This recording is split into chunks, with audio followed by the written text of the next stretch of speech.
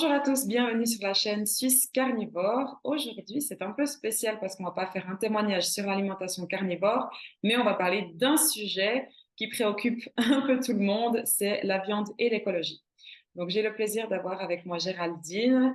Je lui ai demandé en fait de parler de ce sujet parce qu'elle aime beaucoup faire des recherches. Elle avait déjà aussi un petit peu cherché sur le sujet en story sur Insta. Donc, je me suis dit que c'était une bonne idée de faire un petit peu plus de recherche et de faire une vidéo sur le sujet. Donc, est-ce que tu peux déjà te présenter? Déjà, merci Mel de m'inviter sur ta chaîne qui est en pleine expansion. Il y a plein de vues, il y a plein de retours positifs. Donc, c'est super bien de faire une chaîne pour débunker un peu des choses qu'on croit savoir ou qu'on entend beaucoup. Est-ce que c'est fondé? Est-ce qu'il y a quand même un fond de vérité ou est-ce que c'est complètement des mythes? On va en reparler. Moi, pour ceux qui ne me connaissent pas, je suis conférencière dans un musée de peinture en France. Donc, je n'ai pas de background scientifique, je suis pas, voilà, je suis pas du tout agronome ou, ou agricultrice ou quoi que ce soit. Mais en fait, dans mon métier, j'ai l'habitude de lire des contenus scientifiques, de croiser les sources. Et mon métier, en fait, c'est de vulgariser ce que j'apprends pour les gens lambda, entre guillemets. Donc, d'être une sorte de machine à filtrer les informations scientifiques pour les traduire et que ça soit compréhensible pour la plupart des gens. Donc, j'ai l'habitude de croiser des données et de vous expliquer tout ça après. Alors, pour la viande, j'ai pas fait différemment et j'étais très, très surprise, en fait, de certaines choses que j'ai trouvées. On va y revenir avec elle. Donc, c'est intéressant du coup de parler d'écologie parce que ben voilà, c'est quelque chose qui revient souvent quand on dit qu'on mange de la viande. Les personnes disent ah ben c'est pas du tout écologique, il faudrait diminuer sa consommation de viande. Ben voilà pour plusieurs raisons. Donc, quand on lit par exemple sur Internet, on voit des chiffres qui font un petit peu peur. On nous dit que l'élevage est plus polluant que le transport. On a des chiffres comme 18% pour l'élevage et puis 13% pour les transports. On va y revenir dessus après. Donc, on nous dit que les animaux, ils font une émission de CO2, de méthane. On dit que les vaches consomment beaucoup d'eau, qu'il faut beaucoup de céréales pour nourrir les vaches. Donc, c'est des céréales qui pourraient être utilisées pour les humains, mais qui sont utilisées pour nourrir les animaux. On entend que la production de viande, elle contribue au réchauffement climatique, que l'élevage détruit la nature. Donc, voilà, c'est plusieurs choses qu'on arrive à lire. Et puis, ben, on va un petit peu parler de ça maintenant. On va essayer de voir si on trouve des solutions et des réponses. Donc, pour commencer, le premier sujet, est-ce que les vaches utilisent trop d'eau?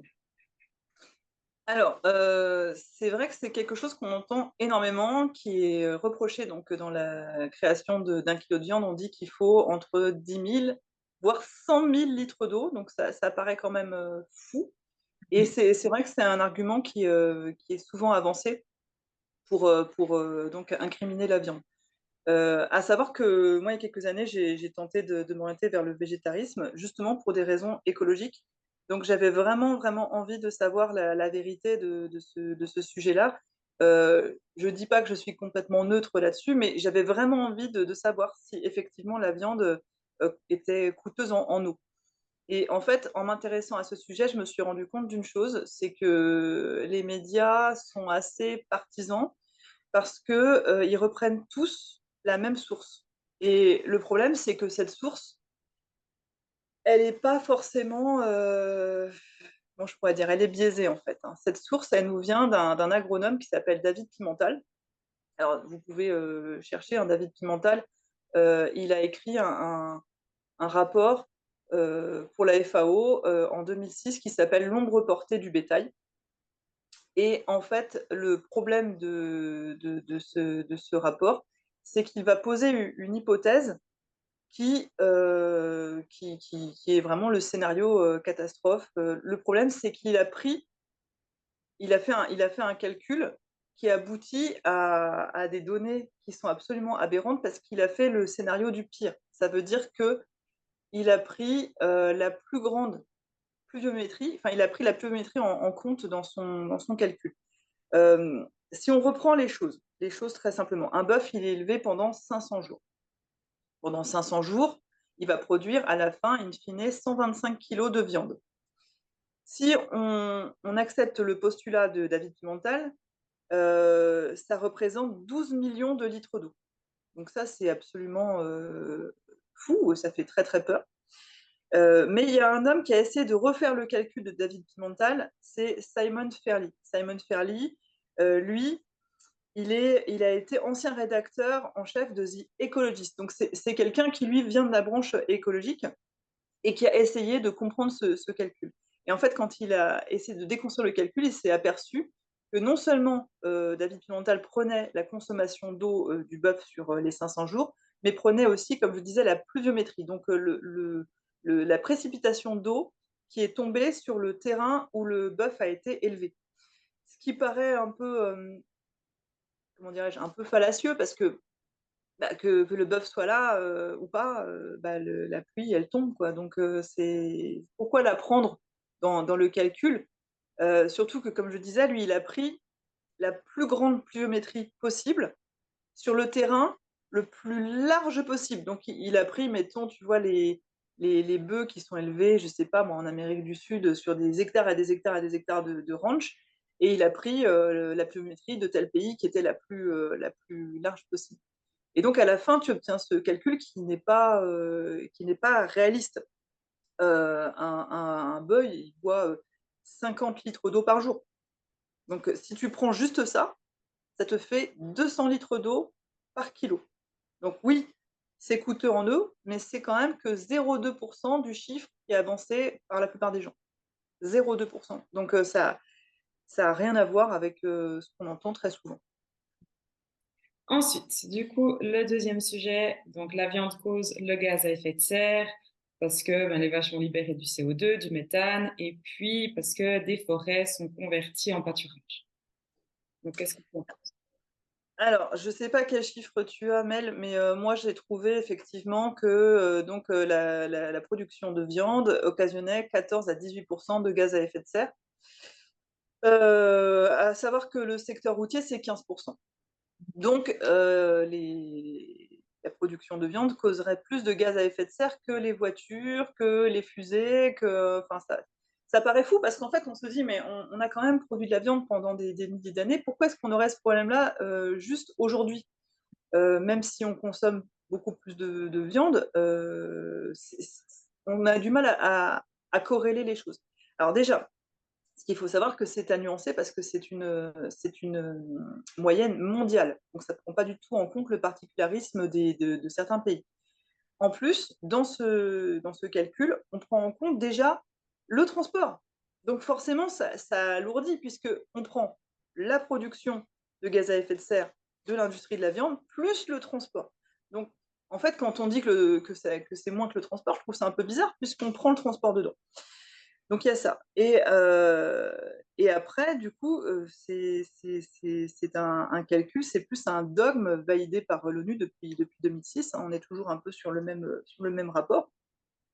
Le problème, il est que, oui, on déforeste pour créer des zones de pâturage, mais plus en France, plus dans les pays développés.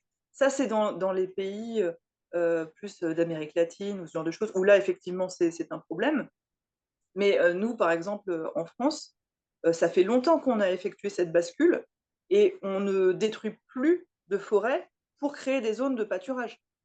En fait, en faisant mes recherches, j'ai même trouvé quelque chose qui m'a vraiment énormément surprise et je pensais que c'était tout l'inverse. Les forêts en France gagnent de plus en plus de terrain. Ça représente 31% de notre sol et ça augmente de 0,7% par an. On a eu un déboisement qui a été assez massif euh, au Moyen Âge. Au début du Moyen Âge, en fait, on a commencé en France à abattre énormément de bois, et ça, c'était surtout pour l'économie maritime et tout ça. Et en fait, à partir je dirais, de la Renaissance même, hein, mais même plus tôt, ça s'est accéléré depuis le 19e siècle, il y a eu une valorisation des forêts, et les forêts ont commencé à repeupler la France. Et actuellement, en France, on a le même niveau de forêt qu'à la fin du Moyen Âge. Donc, c'est quand même assez important. Après, du coup, qu'est-ce que je voulais te dire encore sur le sujet? Ah oui, c'est que quand on parle de déforestation, on ne prend pas en compte ce qui se passe après. C'est-à-dire que qu'est-ce qu'on fait de la zone qui a été déforestée? Si on en fait une zone de culture, intensive, on va avoir tendance à appauvrir le sol. Parce que du coup, on va avoir une perte de nutriments, par le ruissellement des nutriments et tout ça. Si tu mets, des animaux, si tu fais une pâture, tu risques, enfin, c'est pas tu risques, mais tu vas avoir des zones de pièges de carbone et d'ailleurs à tel point que, alors je crois que c'est en Grande-Bretagne, eux, ils ont relancé justement, le pâturage pour justement créer des pièges à carbone. Donc, on est sur une logique qui est complètement inverse de celle que la plupart des gens, imaginent et hem et en fait, si tu retires, hein, le calcul du secteur routier, de tout ça, on tombe quand même seulement à 3 à 5 de production de gaz à effet de serre par la création de viande. Bah, écoute, je pense que j'ai un petit peu fait le tour de la question, mais si tu vois d'autres choses à rajouter, tu n'hésites pas. Ouais. Pour comparer un petit peu les chiffres, ce que j'avais vu, donc si on prend les 18% liés à l'élevage et puis 13-15% liés au transport, aussi la faute qu'ils ont fait, c'est qu'ils ont pris tout ce qu'il y avait autour de l'élevage, donc le CO2 lié à la gestion des défections des animaux, le CO2 lié à la consommation énergétique de l'élevage, et toutes les choses en fait qui sont pas forcément liées à l'élevage, par exemple la déforestation, le transport comme tu disais, les productions des aliments aussi pour nourrir les animaux, alors que pour le transport, ils ont pris seulement le transport à l'instant présent.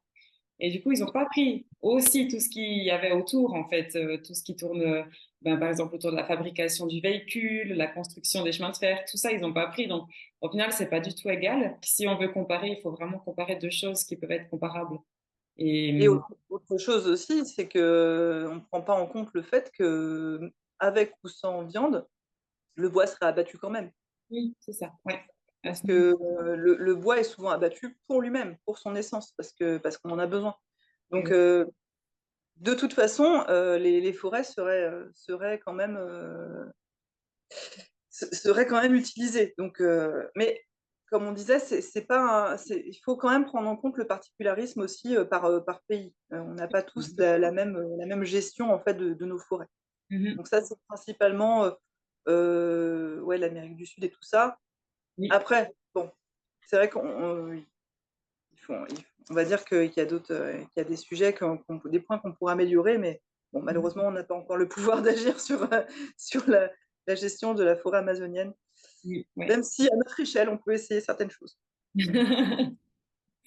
Ensuite, ben, il y avait la question, donc les agriculteurs utilisent de l'engrais azoté pour stimuler la croissance des plantes. Alors ça, c'est un très vaste sujet qui a fait que je me suis couchée très tard parce qu'effectivement, l'azote.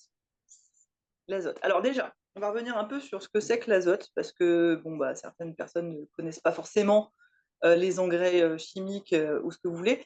L'azote, c'est une composante de la chlorophylle. Les plantes en ont besoin pour pousser. Mhm. Plus tu donnes d'azote, plus la plante va pousser. Jusque-là, ça paraît simple à comprendre. Et les agriculteurs le savent depuis très longtemps. Alors, en fait, avant, pour amener de l'azote à la plante, ils le faisaient en produisant de l'engrais.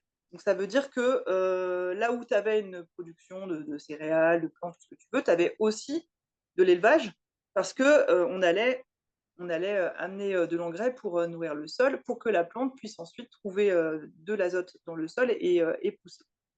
Ok, donc ça c'était grosso modo jusqu'en 1909. Alors en 1909, qu'est-ce qui se passe? On va inventer l'azote chimique, l'azote artificiel.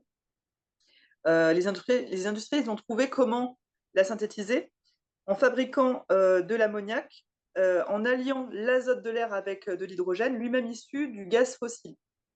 Et en fait, depuis qu'ils font ça, et ben, alors donc, comme je dis, ça a été créé en 1909, mais l'utilisation de l'azote artificiel, ça va être de plus en plus massif à partir des années 60. Et donc, à partir des années 60, faut imaginer que ça a été multiplié par 9. Donc ça fait 50 ans qu'on déverse de la chimie sur le sol. Et alors, attends, je ne veux pas dire de bêtises, hein, mais je crois que ouais, c'est 700 000 tonnes d'ammoniac qui sont lâchées dans la nature. Donc, c'est quand même un très, très gros problème parce que si tu veux trop peu d'azote dans le sol, qu'est-ce que ça fait?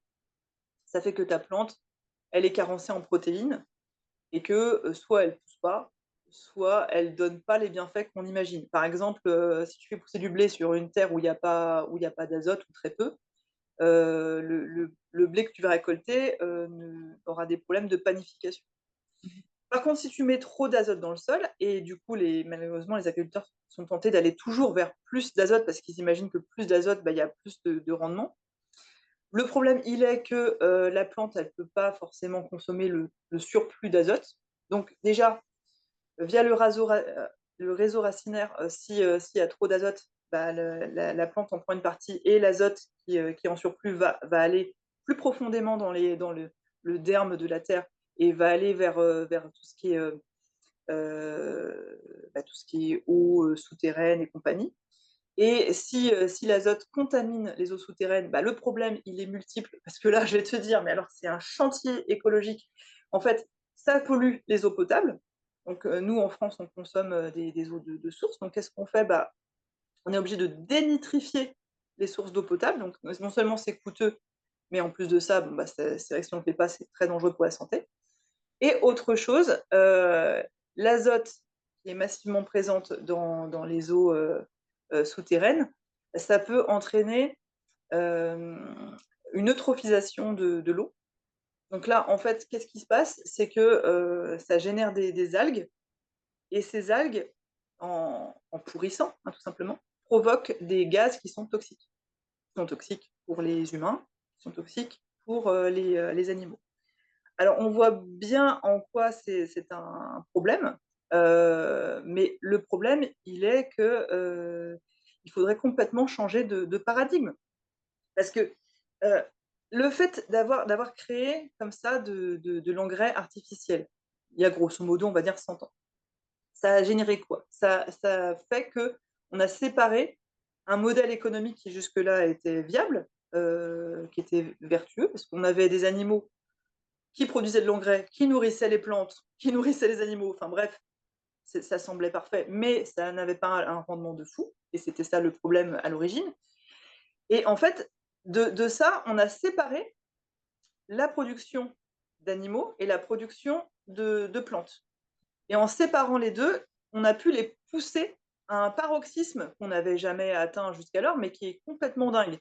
Ça a donné donc la naissance des monocultures, donc les grandes plaines céréalières et compagnie. Donc appauvrissement des sols, appauvrissement de la biodiversité.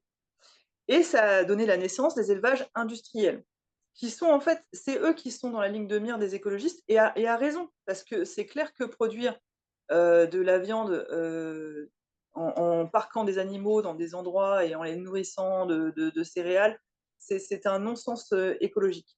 Et c'est pas ce vers quoi il faut tendre. Mais le problème, c'est que va dire ça à un agriculteur, faudrait que vous fassiez un peu moins de rendement, que vous mettiez un peu moins d'engrais. C'est très très compliqué à entendre parce que pour eux, c'est aussi une fierté de produire plus. Ils ne voient pas forcément où est le problème. Et malheureusement, sur le rendement de céréales en France, la moitié part à l'exportation et l'autre moitié nourrit principalement les animaux. Donc c'est vraiment des choses à revoir. Et même si actuellement on commence à en parler, on demande aux agriculteurs de baisser leur rendement de 10%. C'est clair que ce n'est pas assez. Il faut se tourner vers d'autres modèles. Et ça, c'est une question qui est passionnante, mais qui est très, très, très épineuse, qui est très complexe. Mhm. Ben, c'est clair que ben voilà, j'ai parlé avec un agriculteur à côté de chez moi pour demander un petit peu comment il faisait. Et lui il me disait, ben, par exemple, l'hiver, d'utiliser le soja, ben, c'était pour lui une facilité parce que ben, les vaches aimaient beaucoup ça. Et puis du coup, ben, elles grossissaient bien, elles produisaient bien du lait. Mais il a décidé de couper ça. Et puis ben, parce que le soja était importé, hein, du coup, de couper ça pour essayer de faire avec le foin qu'il avait, avec le blé sur place, et il disait que c'était moins facile pour lui. Il le faisait pour voilà, parce qu'il s'est associé à comment on dit ça, une association en fait en Suisse qui a décidé de mettre ça en place pour les agriculteurs, pour un label. mais lui, ça lui coûtait en fait. Et du coup, c'est vrai que c'est pas la facilité pour eux. Parce que comme tu dis, ben, il y a besoin de rendement. Il me disait aussi que les centres commerciaux mettaient la pression pour avoir plus de lait. Donc voilà, pour lui, c'était pas facile. Donc je pense pas qu'il y a forcément voilà, une solution ben, pour ces grands élevages. Après, tu vois, quand on réfléchit, par exemple, on dit les carnivores, ben, les personnes voilà, qui mangent beaucoup de viande, ben, du coup, elles poussent à ça. En faisant le calcul, ben, une personne qui mange que de la viande, comme moi, on mangerait une vache sur une année et demie. Donc au final, ça fait pas beaucoup. Donc voilà, je sais pas pourquoi ils poussent à autant de rendement. Je pense que c'est aussi pour exporter, c'est aussi parce qu'il y a d'autres personnes qui mettent la pression. Mais vraiment, on va dire une personne qui mange que de la viande, il y aurait pas besoin d'autant.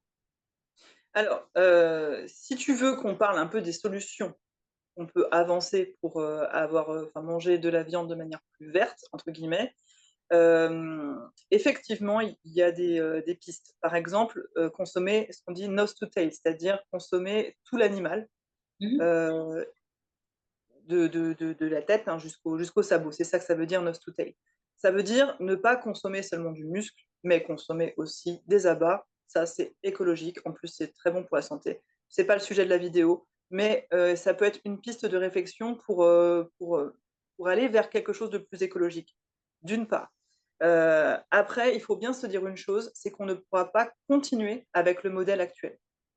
Que vous soyez végétarien ou autre, ou omnivore, la question, elle est la même. C'est-à-dire que, pour l'engrais, chimique, qui a été créé il y a un peu plus de 100 ans, on a besoin d'énormément de gaz et le gaz qu'on utilise, ce sont des ressources fossiles qui tendent à disparaître de toute façon et en plus de ça, il en arrière-plan, il y a aussi un autre sujet, qui serait plus, bah, géopolitique, donc on va pas non plus trop s'aventurer sur tous les terrains à la fois, mais le gaz qu'on utilise pour créer ces engrais, il vient pour beaucoup de Russie.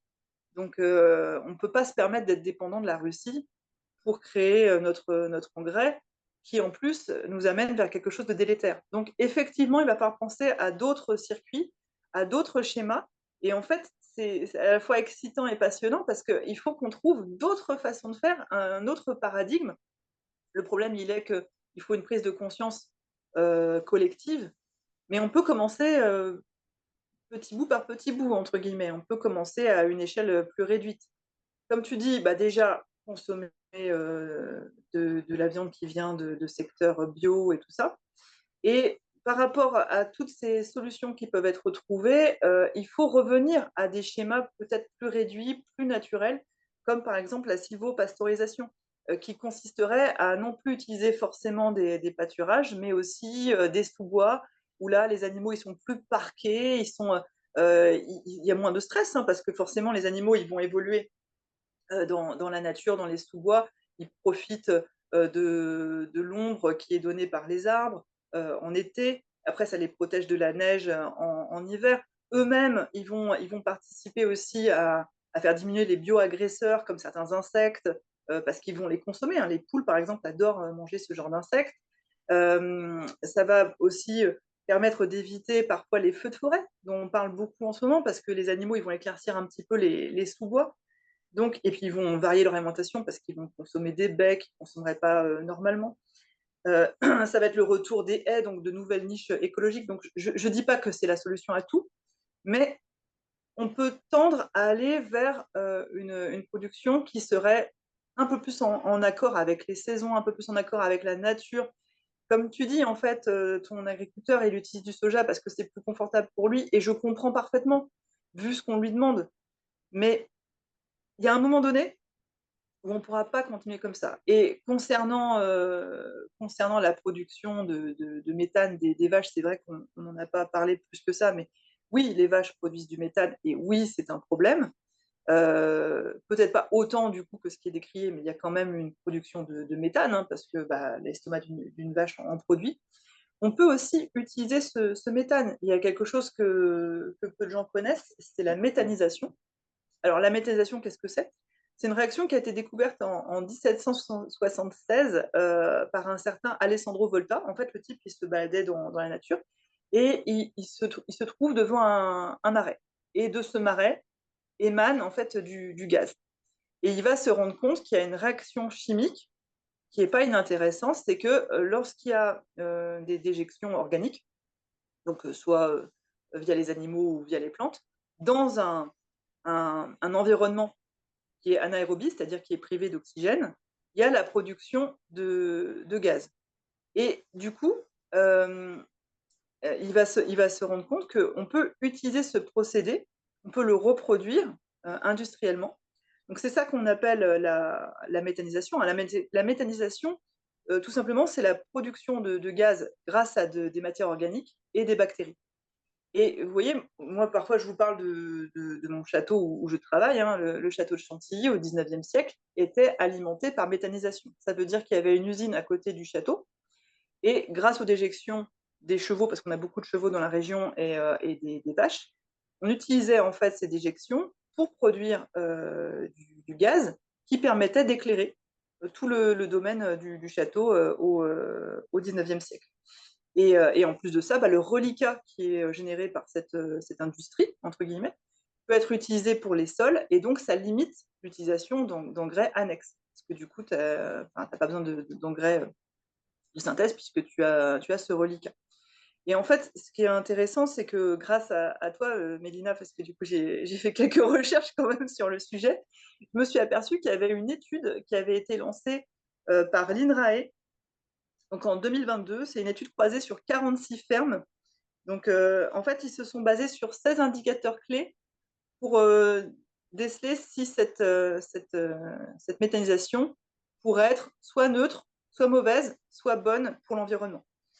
Donc, les indicateurs, c'était la mesure des émissions de gaz à effet de serre, le protoxyde d'azote, les particules fines, etc. Et en fait, l'étude a conclu, donc sur les 46 fermes, ils ont conclu à des impacts environnementaux majoritairement bénéfiques ou neutres à une échelle de 73%. Donc 73%, et en plus, ça contribue à la production d'énergie renouvelable, à la gestion de la fertilisation. Ça diminue quand même de 20% la production d'émissions de particules fines, donc, dont on parle souvent. Et ça permet de diminuer le ruissellement de nitrates et l'érosion des sols. Ça contribue aussi, via le reliquat que je disais, hein, au fait de créer du stockage de carbone dans le sol. Donc, il y a quand même des solutions qui pourraient être envisagées, mais ça nécessitera sans doute une prise de conscience collective et sans doute aussi une intervention étatique. Je ne suis pas non plus optimiste à ce point-là de croire que c'est nous tout seuls qui allons arriver à changer la donne. Il faut vraiment que ce soit quelque chose qui soit à un niveau plus important. Donc, ouais, ce que tu décrivais, il y a certaines personnes. Ici, j'ai pas encore vu vraiment en Suisse ou en France. Il y en a quelques-unes, mais ça se fait pas mal au Canada, aux États-Unis, les fermes régénératives. Donc, c'est justement un petit peu les solutions que tu parlais. Voilà, c'est peut-être plus compliqué à mettre en place, mais justement, au lieu d'utiliser des produits azotés, ils vont utiliser le fumier, le compost. Et puis après, en fait, ce qu'ils vont faire, c'est qu'ils vont associer les arbres avec les cultures, les élevages sur la même parcelle pour voilà, tourner, comme tu disais, au niveau saison aussi. Donc, je pense que ça pourrait être une bonne solution. Après, je pense effectivement qu'il doit y avoir une prise de conscience. Et puis, pour les personnes qui mangent de la viande, c'est aussi très important. Voilà, moi, quand j'ai commencé de manger de la viande, j'achetais en supermarché. Je me posais pas du tout la question, est-ce que c'est importé ou pas? Comment la viande est nourrie? Et je pense que ça, c'est pas du tout la bonne façon de faire parce que justement, pour déjà avoir une bonne qualité de viande, mais aussi de savoir comment la viande est nourrie. Et puis pour voilà, avoir aussi un impact sur toute cette façon de faire de l'élevage qui n'est pas saine au final et qu'on aimerait aussi voir s'arrêter. Je pense que c'est important d'aller vers les agriculteurs, de savoir comment ils font. Et puis moi maintenant, c'est comme ça que je fais. Je m'intéresse aussi en parlant avec les agriculteurs autour de chez moi. Et puis après, chez le boucher, de savoir d'où vient la viande aussi, pour avoir un impact aussi voilà, sur tout ça. Je pense que c'est vraiment important. Alors, je pense que tu pointes du doigt quelque chose qui est très intéressant et que on devrait tous, on devrait tous se mettre à réfléchir à ça. C'est qu'il y a une déconnexion, à cause de la production moderne, entre toutes les étapes de fabrication des choses qui arrivent sur notre table. Et je suis tout à fait d'accord avec toi, il faut qu'on parle aux personnes qui vont produire des céréales, qui vont produire de la viande. Il faut qu'on se reparle tous, en fait, parce que euh, sinon, on en arrive à être complètement déconnecté des choses et à pas du tout comprendre, en fait, le circuit dans lequel on est et auquel on participe presque malgré nous. Donc, c'est important d'avoir cette reconnexion et peut-être de revenir à des choses qui sont plus simples, mais qui sont peut-être plus pérennes. Donc, si on en revient à ce qu'on a dit, pour résumer très, très largement, donc est-ce que la viande est consommatrice en eau? Oui, mais pas autant que ce qu'on pourrait imaginer, parce que du coup, le calcul de départ est erroné, biaisé et repose sur une étude de 2006. On a dit, est-ce que la viande produit du gaz à effet de serre? Oui, mais on prend en compte le transport, on prend en compte, comme tu dis, tout ce qui est aussi utilisation des machines sur les sites et tout ça. On prend en compte surtout une moyenne mondiale qui ne reflète pas le particularisme des pays. Est-ce que la viande est polluante parce que du coup on a besoin d'azote? Oui, mais ça c'est vraiment quelque chose sur lequel il faudrait se pencher, qu'il faudrait changer parce qu'il existe peut-être des solutions qui sont plus compliquées à mettre en place, mais qui ne seraient pas délétères parce que là, cette utilisation d'engrais repose sur les énergies fossiles qui vont au bout d'un moment s'arrêter. Et puis concernant les céréales pour nourrir la viande, c'est vrai que c'est aussi une chose qu'on entend très souvent. Alors quelques mots là-dessus, mais on ne va pas non plus trop développer parce qu'on aurait, sinon c'est une vidéo qui va durer 2 heures. Euh, oui, effectivement, il y a besoin de céréales, mais pas sur toute la production de la viande. C'est souvent à la fin du parcours qu'on va un peu engraisser les animaux avec des céréales, ou voire on ajoute des céréales pendant l'hiver. Quand on dit que les céréales pourraient être utilisées pour la consommation humaine, c'est globalement faux. Je ne sais pas si tu avais vu ça aussi, mais parce que la plupart des céréales qui sont utilisées pour les animaux sont impropres à la consommation humaine, tout simplement. Donc, c'est 90% même, n'est pas mangeable par les humains. c'est ça. Et en fait, c'est même le contraire, c'est-à-dire que quand on produit des céréales, les céréales qui ne sont pas propres à la consommation humaine vont être utilisées pour les animaux. Et c'est parce qu'on a cette filière, donc on peut vendre ces céréales qui sont pas autrement gaspillées, parce que pas utilisées, qu'on on va soutenir la production de céréales premières. Je ne sais pas si tu vois ce que je veux dire, mais en gros, tu as, on va dire, une production A de céréales qui est noble, production B qui sert à rien, entre guillemets. Cette production B est revendue, va soutenir la production A. Et si on n'avait pas ce circuit pour vendre ces céréales, ça serait simplement des céréales qui seraient perdues et donc de l'argent en moins pour la personne qui produit les céréales nobles, entre guillemets. Et du coup, oui, il y a quand même un circuit dérivatif qui est intéressant pour l'industrie céréalière. Après, oui, on ne va pas se le cacher, il faut que les animaux soient moins nourris en céréales et il faut que ce soit des céréales qui soient intéressantes aussi. Parce que quand tu donnes du maïs, du soja, des choses comme ça. Le problème, c'est que ce sont des aliments qui sont riches en oméga inflammatoires. Et après, si ces animaux surconsomment ça, ça va se retrouver dans la viande. Donc, ça n'est pas intéressant nutritivement en plus. C'est pour ça qu'il faut aller vers d'autres choses. Mais après, il faudra qu'on refasse une vidéo, trouver des solutions. Parce que là, donc, on a débloqué un petit peu, on a vu qu'il y avait quand même beaucoup de choses qui sont dites qui sont approximatives ou fausses. Après, les solutions, il faudra qu'on les trouve tous ensemble. Ouais, donc en gros, pour résumer tout ça, donc manger de la viande, c'est pas ça qui va créer la pollution première, mais par contre, il faut faire attention de où vous achetez votre viande, Et puis, ben voilà, c'est clair de voir comment l'élevage est fait, parce que oui, certains élevages polluent, ça c'est sûr, mais c'est pas le fait de manger de la viande, mais c'est la façon de faire l'élevage qu'il faudrait qu'on revoie en fait. Donc, Et puis de toute façon, chaque industrie pollue, hein. ah Je veux dire, oui, produire, des plantes, ça pollue aussi, hein. Donc c'est à partir du moment où tu as une industrie qui augmente son rendement de manière, aussi folle, ça pollue. Que ce mhm, soit de la viande ou que ce soit, du blé, c'est ça. je vais pas dire que c'est pareil, mais c'est le même principe, c'est le même schéma. Donc il y a toute une économie à revoir, par rapport à ça. Exactement. Je crois qu'on a tout dit. Je sais pas si tu as encore des choses. J'étais en train de regarder, mais je crois que j'ai un peu tout dit, hein. Non, je crois qu'on a balayé assez large. On a essayé d'être synthétique, les amis, alors j'espère que que du coup, c'était quand même compréhensible. S'il y a d'autres Hem questions, de toute façon, on peut refaire une autre vidéo, hein, s'il y a d'autres questions, si jamais. Mais en tout cas, merci infiniment parce que tu as bossé tard. Oui, alors, vous voyez, moi, je ne suis pas aussi fraîche, que Mélina parce que du coup, j'ai pas dormi. Mais là, je vais me ranger, je vais me coucher. Non, mais merci infiniment, en tout cas, d'avoir pris le temps de faire ces recherches, d'avoir pris le temps de faire cette vidéo qui est voilà, super importante, je pense, et puis qui sera super intéressante aussi pour les personnes à écouter.